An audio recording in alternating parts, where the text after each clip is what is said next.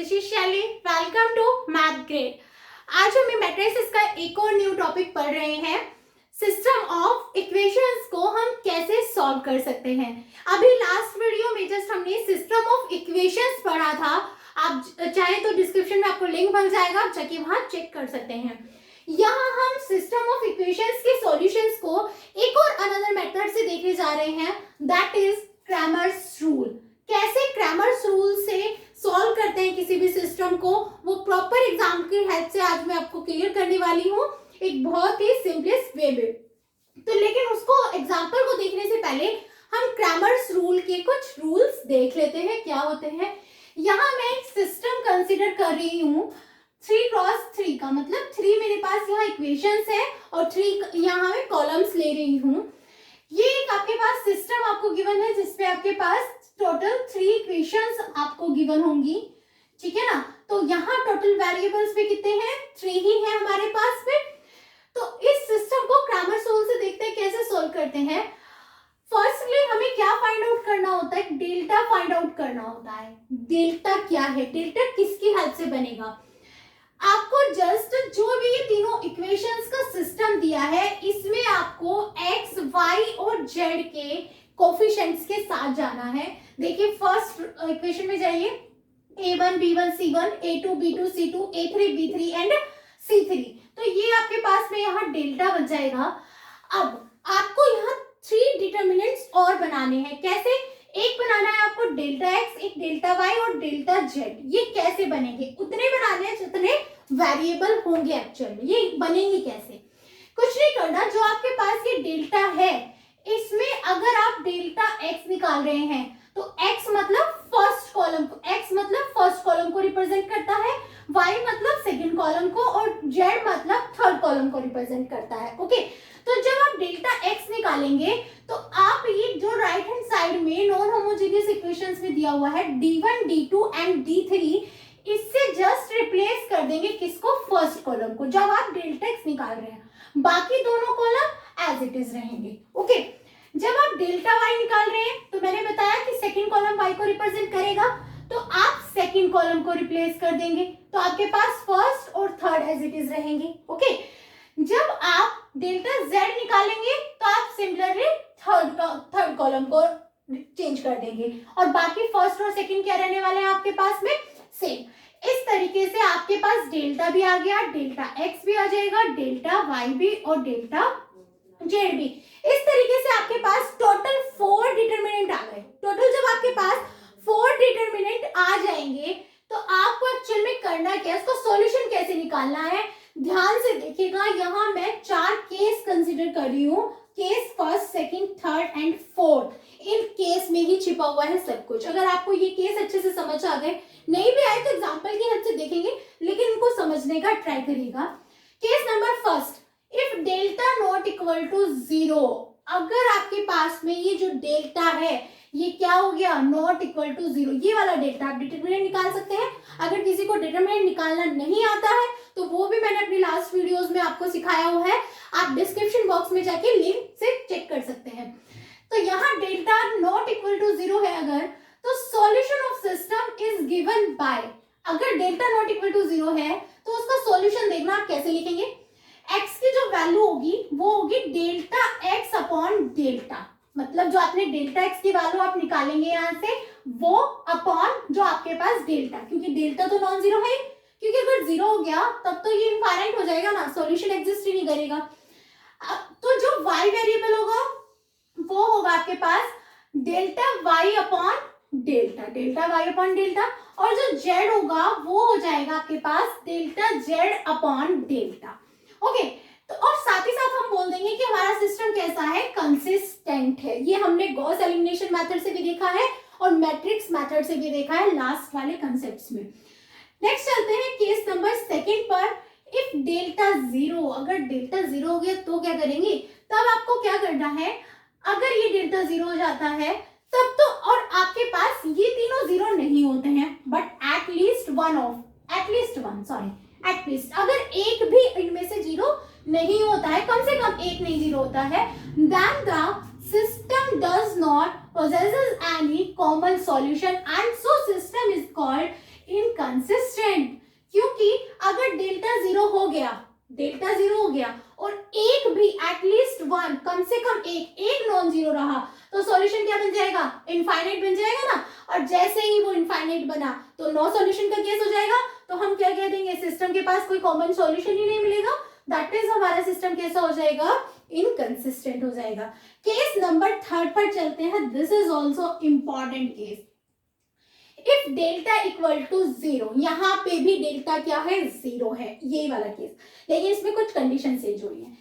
लेकिन ये वाला कब काम कर सकता है, जब साथ ही साथ आपके पास डेल्टा एक्स, डेल्टा वाई और डेल्टा जेड तीनों क्या हो, जीरो हो जाए। मतलब ये तीनों के तीनों ही आपके पास क्या हो जाए, zero, and at least one cofactor of delta non zero. Cofactor भी मैंने लास्ट वीडियोस में बहुत अच्छे से सिखाया है आपको। तो यहाँ बात कर रहे हैं कि डेल्टा जीरो हो जाए और ये सारे आपके पास तीनों ये भी जीरो हो जाए, लेकिन डेल्टा का एक, कम से कम एक कोफैक्टर क्या हो, non zero, then system has infinitely many solution and the system can be solved by elimination method। अगर ऐसा हो जाता है तो सिस्टम को सॉल्व करेंगे किससे, एलिमिनेशन मेथड से, बताएंगे भी एग्जांपल की हेल्प से। Now elimination of one unknown from, कैसे एलिमिनेट करना है ये देखिएगा, ये कुछ ज्यादा खास नहीं, एग्जांपल से आपको क्लियर हो जाएगा। लेकिन elimination of one unknown from 3 equations gives any one equation in 2 unknowns, therefore 2 unknowns can be found in terms of the other, we give this unknown an arbitrary value। Simple सी बात है, इसका meaning यही है कि हम किसी एक वेरिएबल को एलिमिनेट कर देंगे, किसी एक को एलिमिनेट कर देंगे तो हमारे पास 2 वेरिएबल में इक्वेशन बच जाएगी, तो हम वहां से किसी एक को कांस्टेंट पुट करके वैल्यू फाइंड करेंगे। केस नंबर 4 पर चलते हैं। ये कहता है कि अगर delta x, delta y, delta z सभी जीरो हो गए और साथ ही साथ सारे कोफैक्टर भी जीरो हो गए, यहाँ कहा था कि कम से कम एक कोफैक्टर तो मिले जो नॉन जीरो हो, लेकिन यहाँ कह रहे हैं कि सारे के सारे कोफैक्टर ही जीरो हो गए, then system is equivalent to only one equation। तब क्या होगा, यहाँ पे तो हमें 2 वेरिएबल में 2 इक्वेशन मिल जाएंगी, लेकिन यहाँ ओनली एक ही इक्वेशन मिलेगी 3 के 3 अननोन्स में। टोटल 3 वेरिएबल्स है, दैट इज 3 अननोन्स, तो एक ही इक्वेशन मिलेगी and then we give any 2 unknowns arbitrary values. तो इस केस में हमें क्या करना पड़ेगा, बेसिकली यहाँ हमें 2 अननोन्स को कांस्टेंट चूज करना पड़ेगा। यहाँ हमें क्या करना पड़ेगा, केस नंबर 3 में आपको एक ही अननोन को कांस्टेंट चूज करना पड़ रहा था, यहाँ लेकिन 2 को करना पड़ेगा, मतलब ओनली एक इक्वेशन बच जाएगी, बस उसी से सॉल्यूशन आएंगे। देखते हैं, एग्जांपल देख लेते हैं। यहाँ मैंने एग्जांपल लिया है, using the Cramer's rule solve the following equations. यहाँ आपके पास ये मैंने 2 क्रॉस 2 का सिस्टम लिया है। Similarly you can talk about 3 cross 3। यहाँ 2 क्रॉस 3 में हम बात कर रहे हैं, तो देखिएगा कैसे करते हैं। आपको ये पूरा का पूरा सिस्टम दिया है, suppose that this is first equation. तो इस सिस्टम में फर्स्टली मैंने आपको कहा था यहाँ 2 वेरिएबल हैं, तो आपको पहले यहाँ डेल्टा फाइंड आउट करना है। डेल्टा किससे बनेगा, वेरिएबल्स के कोफिशिएंट से। तो यहाँ 2 क्रॉस 2 का है, तो ये 2 क्रॉस 2 का ही डिटरमिनेंट बन जाएगा। तो फर्स्ट इक्वेशन में जाइए तो 1 1 एंड सेकंड में 2 एंड -3, राइट। इसकी वैल्यू अगर आप फाइंड आउट करेंगे तो कितनी आ जाएगी, -3 इंटू 1 एंड 2 इंटू 1, कितना आएगा, -3 एंड -2 इक्वल टू कितना, -5।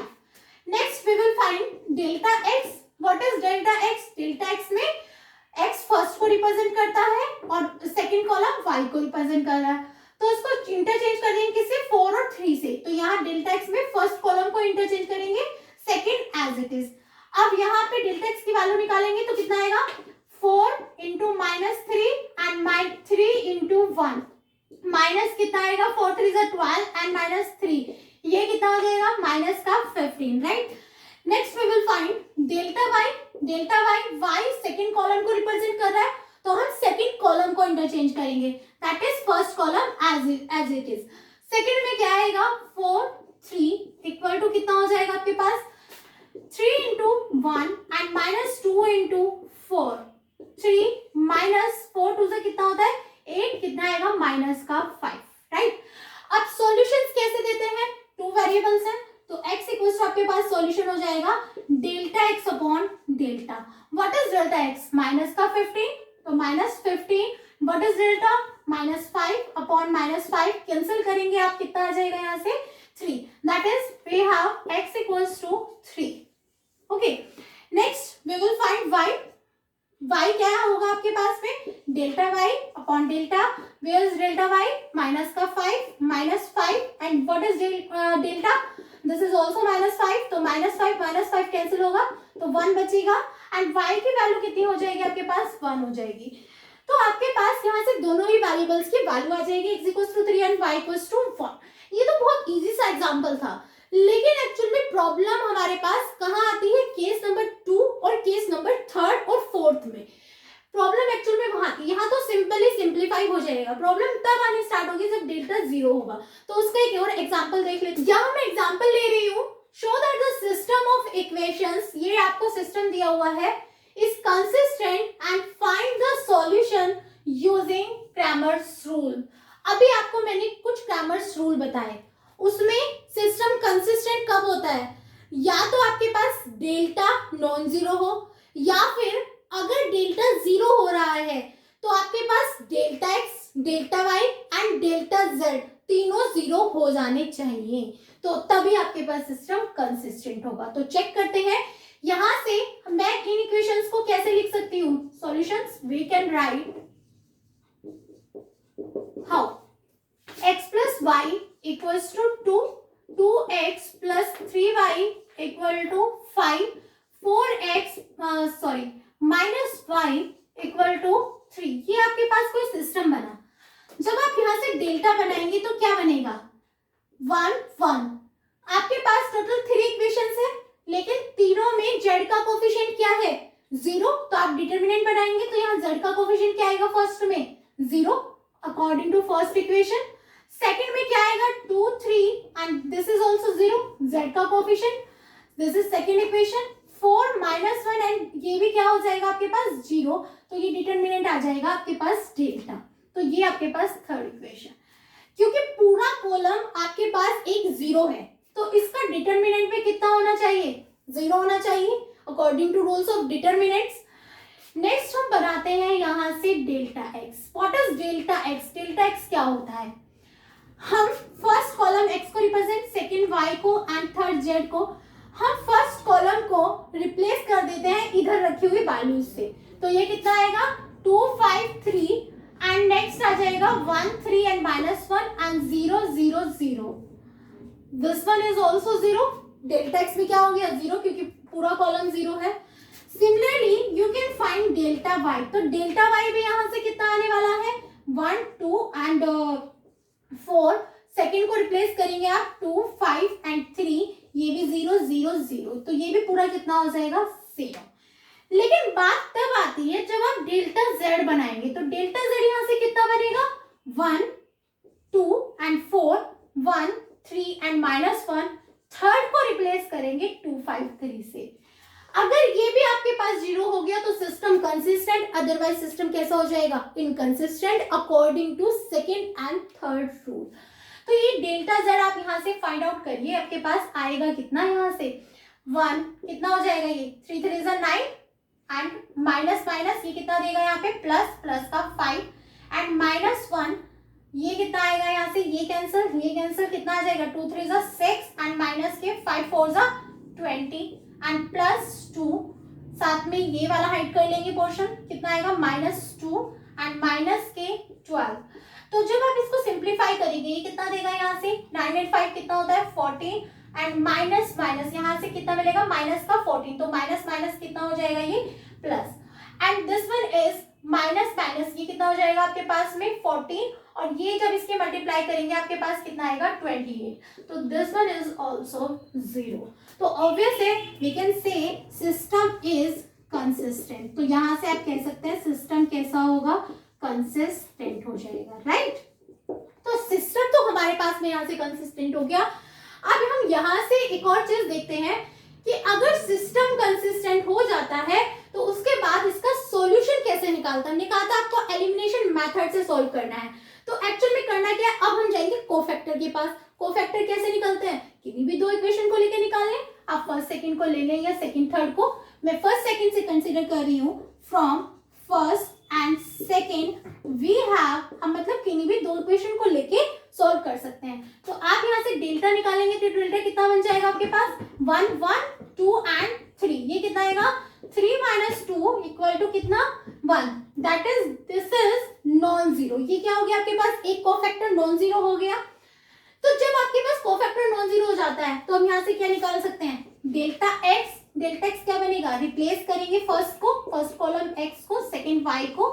तो यहाँ 2 5 से रिप्लेस कर दिया एंड सेकंड इज 1 3। इसकी वैल्यू आपके पास कितनी आएगी, 3 2 6 एंड -5, दिस इज 1। आपके पास अब हम फाइंड आउट करेंगे डेल्टा वाई को। तो डेल्टा वाई आपके पास कितना आ जाएगा, रिप्लेस कर लेते हैं 1 एंड 2 एंड 2 एंड 5। कितना आएगा ये 5 - 4, दिस इज ऑल्सो 1।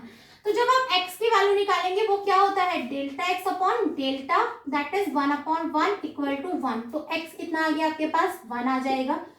ठीक है, आप जब y की वैल्यू निकालेंगे तो डेल्टा y अपॉन डेल्टा, ये कितना आ जाएगा 1/1। तो y ये भी कितना आ जाएगा आपके पास 1, that is y is also 1। तो इस तरीके से अगर आपके पास में सभी जीरो हो जाते हैं तो आपको कहा जाना है, कोफैक्टर के पास चले जाना है तुरंत और किन्हीं भी दो इक्वेशन को लेके सॉल्व कर सकते हैं। ठीक है ना, मतलब क्यों, क्योंकि यहाँ पे एक वेरिएबल खुद ही एलिमिनेट हो रहा है। अगर ऐसे नहीं होता तो हम किसी एक वेरिएबल को क्या करते, एलिमिनेट कर लेते, जेड को रिमूव कर लेते, एक्स को या वाई को, और फिर उनको इस तरीके से हम सिंप्लीफाई कर सकते थे।